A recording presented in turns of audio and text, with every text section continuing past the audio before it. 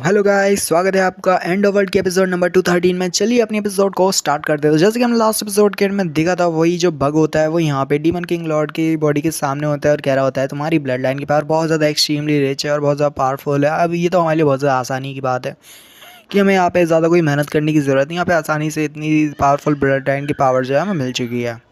जबकि हमारा किन भी कह रहा होता है ये तो बहुत ज़्यादा जबकि हमारा किन भी यहाँ पे कह रहा होता है ये तो बहुत ज़्यादा अच्छी बात है कि ये दोनों ही जो क्रिएचर है, ये दोनों ही किंग लेवल के क्रिएचर है। एक तो एलियन स्पीसीज है, दूसरा पता नहीं, पर वो फिर भी कहता है कि ये दोनों क्रिएचर है उसके बहुत ज़्यादा काम आएंगे। फिर वो उन दोनों को ही एब्जॉर्ब करके उनकी पावर को अपने अंदर एब्जॉर्ब कर लेता है करते हुए।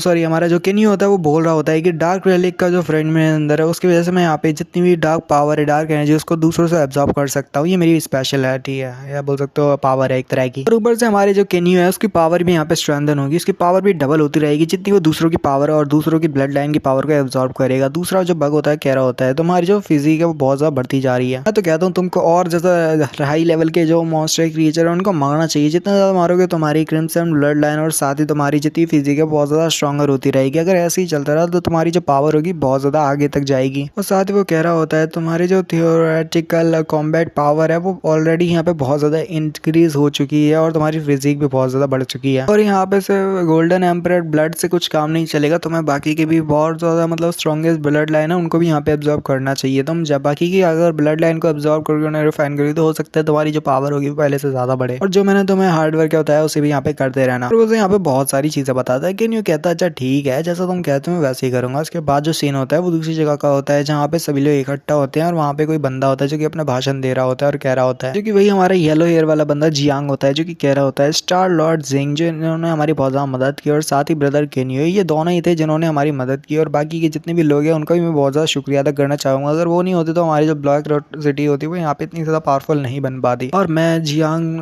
पूरी तरह से आपका यहाँ पे शुक्रगुजार हूँ कि आपने हमारे पूरे ब्लैक रॉक सिटी के लिए इतना कुछ किया है। तो आपको यहाँ पे स्पेशल ट्रीटमेंट मिलेगा, यानी कि आप जो चाहे वो यहाँ पे ले सकते हो। ब्लैक रॉक सिटी आपको मना नहीं करेगी, आप जितना चाहे उतना दिन यहाँ पे रुक सकते हो। और हमें यहाँ पे माफ़ करने की इतना सब कुछ आपके साथ हमने किया, हमारी पूरी सिटी ने किया, उसके लिए हम माफ़ी चाहेंगे। क्योंकि जो स्काई लॉर्ड सॉरी हमारी जो स्टार लॉर्ड होती है वो यहाँ पे कह रही होती है कि इसके लिए कोई भी ज़रूरत नहीं है लॉर्ड जी, आप ही यहाँ पे बहुत ज़्यादा अच्छे हो और आपकी ये यहाँ पे मदद करता तो बनता ही है, कोई दिक्कत नहीं, हमको यहाँ पे कोई दिक्कत नहीं है ज़्यादा कुछ। तो यहाँ पे वो कहती है फिर ब्रदर फू से कि चलो ब्रदर फू आगे बढ़ो और जितनी भी इन्फॉर्मेशन तुमने गैदर की है वो रूइंस के लिए वो सारी यहाँ पे सारे लोगों को बताओ। वो कहता है अच्छा ठीक है स्टार लॉर्ड जैसा आप कहते हैं। फिर वो अपनी जो रूइन की सारी बातें वो बताने लगता है, जो भी इन्फॉर्मेशन होती है। वो बोलता है कि यहाँ पे इन्फॉर्मेशन के मुताबिक जो रूइन है वो बहुत ज़्यादा बड़ी है और एक्चुअल के स्केल जो है वो इतना ज़्यादा फैला हुआ है, वहाँ पे 100 किलोमीटर तक वो बहुत ज़्यादा लंबा फैला हुआ है। और रूइन का जो बाहर का हिस्सा है वो पूरी तरह से खाली है और पूरी तरह से सेफ है, कोई भी दिक्कत नहीं। अगर हम वहाँ पे जाते हैं तो अंदर जाने के बाद थोड़ा खतरा हो सकता है, जितना हम यहाँ पे पास जाते जाएंगे तो उतना ही वो जो एरिया है वो डेंजरस होता जाएगा। वहाँ पे पावरफुल मॉन्स्टर है, म्यूटेटेड मॉन्स्टर है और साथ ही कुछ ज़ॉम्बीज वगैरह हैं जो कि बहुत ज़्यादा पावरफुल है और एक तरह का डेडली ट्रैप है। फिर वो अपनी जो स्टोरेज रिंग होती है वो स्टोरेज रिंग ही करके होती है, वो उसको बाहर निकालता है, उस मतलब उसके अंदर से कुछ लोगों को बाहर निकालता बोल सकते हो, कुछ ज़ॉम्बी या फिर बोल सकते हो अजीब से टाइप के कुछ क्रिएचर्स होते हैं उनको बाहर निकालता है। एक तो वो एक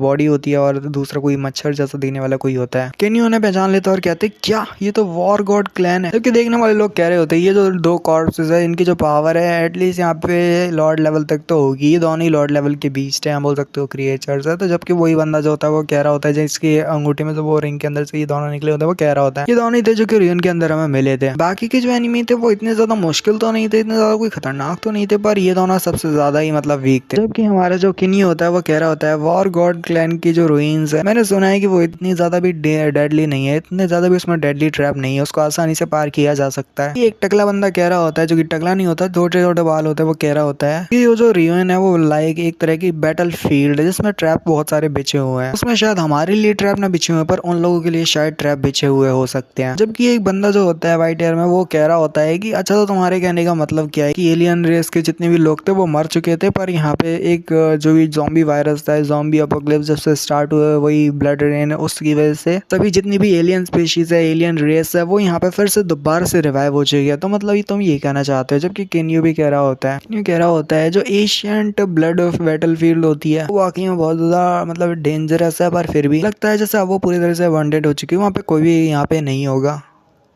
जबकि हमारी जो स्टार लॉर्ड होती है वो भी यहाँ पे बोल पड़ती है और कहती है कि कमांडर जियांग, मैं चाहती हूँ कि आप यहाँ पे बहुत सारे लोगों को जो कि आपके हिसाब से मतलब हो सकता है आपके नज़रिए से बहुत ज़्यादा पावरफुल है, तो आपको उनको यहाँ पे सिलेक्ट करना चाहिए। तो लगता है कि हमें रूइंस की तरफ आगे की तरफ बढ़ना चाहिए, रूइंस की तरफ देना चाहिए, क्योंकि ज़्यादा टाइम नहीं, हम रूइंस की तरफ आगे बढ़ेंगे। जबकि यहाँ पे जो वो लड़की होती है यानी हमारी स्टार लॉर्ड और किन के साथ चल रही होती है और कह रही होती है कि मुझे लगता है यहाँ पे कोई यहाँ पे ट्रैवल कास्ट करने की कोशिश करेगा। जबकि यहाँ पे एक लड़की आती है और कहती है कि सिस्टर जियां, लगता है जैसे तुम यहाँ पे रूइंस को यहाँ पे एक्सप्लोर करने वाली हो, पर वो हमारे बिना ऐसा तो हम तुम्हें नहीं करने देंगे। जबकि यहाँ पे वो स्टार लॉर्ड भी कहती है कि तुम यहाँ पे क्या कर रही हो। जबकि यहाँ पे किन कहता है आखिर ये कौन है, तो फिर वो बताना शुरू करती है जो 3 लोग हैं बाकी के 4 स्टार लॉर्ड्स हैं और बाकी के उनके जो है सबऑर्डिनेट्स है। जबकि वो लड़की के बारे में बताती है और वो कह रही होती है कि ये जी हानजेन है, तो मैं इस लड़की को हानजेन करके बुलाया करूंगा। जीनियर कह रही होती है हानजेन जब भी मेरे साथ होती है, जब भी मेरे को लगता है ये यहाँ पे मेरे साथ है, तो बहुत ज्यादा मुसीबत तो क्रिएट होती है, ये मुसीबत है एक तरह से। जबकि वो एक लड़की के बारे में बताती है और कहती है कि ये बंदा जो है इसका नाम रिफेन टियानपेंग और ये हमारे स्टार गैदरिंग पवेलियन का सबसे स्ट्रॉन्गेस्ट मैन भी तुम कह सकते हो। और एक बंदा जिसने बहुत ज्यादा अच्छे तरीके से ड्रेस पहनी है और अच्छे तरह से ड्रेस हुआ है, उसका नाम विशी है। और ये जो बंदा है ये एक तरह से ट्रबल साम है और साथ ही ये टॉप टायर प्रिजर्वेशन को यहाँ पे पोजेस करता है, बोल सकते हो उसके पास ऐसी पावर है, टॉप टायर प्रिजर्वेशन पावर है, एबिलिटीज है जो कि बहुत ज्यादा पावरफुल है।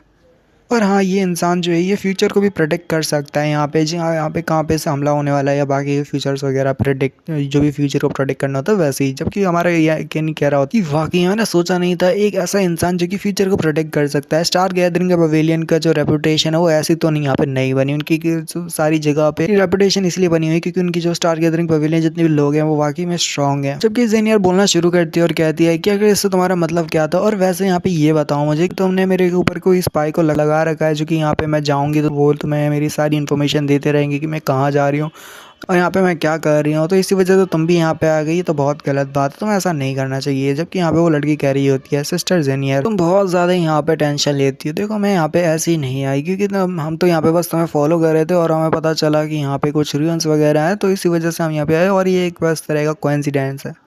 जबकि जो वही विशी बंदा होता है वो कह रहा होता है कि अब क्योंकि हम यहाँ पे मिल ही चुके हैं तो क्यों ना हम सभी लोग आपस में मिल के यहाँ पे टीम बना के अंदर जाते हैं रूइंस को और एक्सप्लोर करते हैं कि यहाँ पे कोई खतरा भी है या फिर नहीं। और ऐसे तो हमारा सेफ्टी भी बढ़ जाएगा, पूरी तरह से हम सेफ रहेंगे क्योंकि हमारे जितने भी हेल्पर्स है वो बढ़ जाएंगे। जबकि बंदा कह रहा होता है विशी जो होता है वो यहाँ पे उनकी टीम के बंदों का मजाक उड़ा रहा होता है और कह रहा होता है कि मैं देख सकता हूँ, मैं फ्यूचर प्रोटेक्ट कर सकता हूँ। वैसे कर नहीं रहा होता, बस मजाक उड़ा रहा होता है और कह रहा होता है कि मैं देख सकता हूँ ये सभी कमीने लोग यहाँ पे मरने वाले हैं, देखना ये जिंदा बच के वापस नहीं आएंगे। जबकि जो लॉर्ड जियांग होते हैं वो पोल पढ़ते हैं और मेरे को तो भाई लॉर्ड जियांग की ये जो फैसला होता है बिल्कुल भी अच्छा नहीं लगता, पर मेरे ख्याल से उनके पास भी कोई चांस नहीं होगा और कोई फैसला करने का, तो वो कहते हैं कि अच्छा ठीक है स्टार लॉर्ड, जितने भी आप star Lord star gathering pavilion से, तो बहुत ज़्यादा अच्छी बात होगी अगर आप भी हमारी टीम को ज्वाइन करते हैं, तो ये हम यहाँ पे साथ में मिलकर रूइंस को एक्सप्लोर करते हैं। अगर जितने ज़्यादा स्टार गैदरिंग पवेलियन के एक्सपर्ट होंगे तो हमारे लिए उतना ही ज़्यादा आसान हो जाएगा रूइंस को एक्सप्लोर करना। विशी मन में सोच रहा होता है कि ये कैसे हो सकता है, मेरे को यकीन नहीं हो रहा, मैं उस लड़के का फ्यूचर कैसे नहीं देख पा रही, ये क्यों हो रहा है मेरे साथ, मेरे साथ पहले तो कभी ऐसा नहीं हुआ। और ये बंदा जिसकी बात कर रहा होता है वो और कोई नहीं बल्कि हमारा केनियो होता है। और इसी के साथ ये वाला एपिसोड यहीं पे खत्म होता है। लाइक अगर आपको पसंद आता है मिलते हैं वीडियो में, तो